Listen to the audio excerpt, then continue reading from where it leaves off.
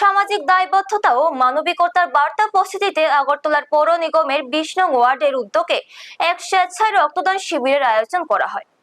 সংকটকালীন পরিস্থিতিতে রোগীদের রক্তের প্রয়োজনীয়তা মেটাতে এবং জনগণের মধ্যে রক্তদানের সচেতনতা বাড়াতে এই মানবিক কর্মসূচির আয়োজন করা হয়।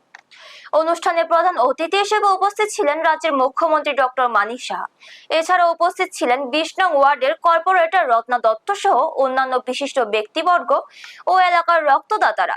দ্বীপ প্রজ্বলনের মাধ্যমে শিবিরের শুভ সূচনা করে মুখ্যমন্ত্রী ডক্টর মানিক সাহা এই মানবিক উদ্যোগের ভূয়সী প্রশংসা করেন।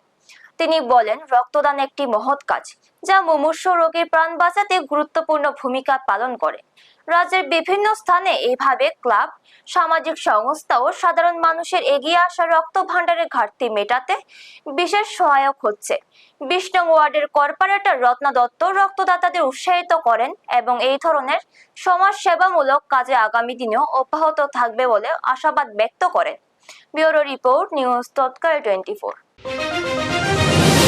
এই ব্লাড ডোনেশনের যখনই কোনো জায়গায় যখন এই ধরনের শিবিরের আয়োজন রাখা হয়, আমি চেষ্টা করি যখনই বলেন যে আমরা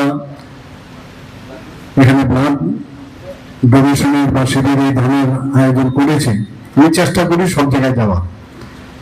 তো আজকে আমরা জানি যে 20 নম্বর ওয়ার্ডের প্রচুর কাজ। এখানে তো আগরতলা মিউনিসিপাল কর্পোরেশনের ওয়ার্ড ভিত্তিক যেসব কাজ, নাগরিকদের যে সুযোগ সুবিধা ইত্যাদি প্রয়োজনীয় যে কাজ ওনাদেরকে দেওয়া হয় সেগুলো তো করছেনই, কিন্তু আমি ওনাদেরকে ধন্যবাদ দেব। বিশেষ করে আমাদের যিনি এই এলাকার 20 নম্বর ওয়ার্ডের যিনি কর্পোরেটর শ্রীমতী রত্না দত্ত মহোদয়াকে, যে এই ধরনের একটা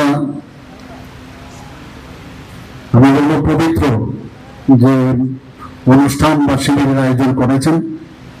এবং ওনাকে দেখে অন্যান্য যে ওয়ার্ড গুলো আছে সবাই করেন। ত্রিপুরাতে এখন একটা সুন্দর একটা পরিবেশ এখানে হয়েছে, একটা হেলদি কম্পিটিশন হয়েছে। আমাকে যা বলা হয়েছে প্রায় 80 জনের মতো এখানে আজকে রক্তদান করবেন। এটা অত্যন্ত আমাদের জন্য একটা আনন্দের বিষয়। আমরা সবাই জানি যে এখানে আজকে যারা রক্ত দিতে এসছে তাদের কিন্তু কোনো ধর্ম নেই, তাদের কোনো পরিচয় নেই। একটাই পরিচয়, যখন এটা কোন গ্রুপের রক্ত, তার পরিচয়টা হচ্ছে যখন যে রক্ত পাবেন ওনার কাছে ইম্পর্টেন্ট হচ্ছে ব্যক্তি ইম্পর্টেন্ট, যে আজকে কোন গ্রুপ, সেই গ্রুপটা অ্যাভেলেবল আছে কিনা এবং সেই রক্ত তার কাছে যাচ্ছে।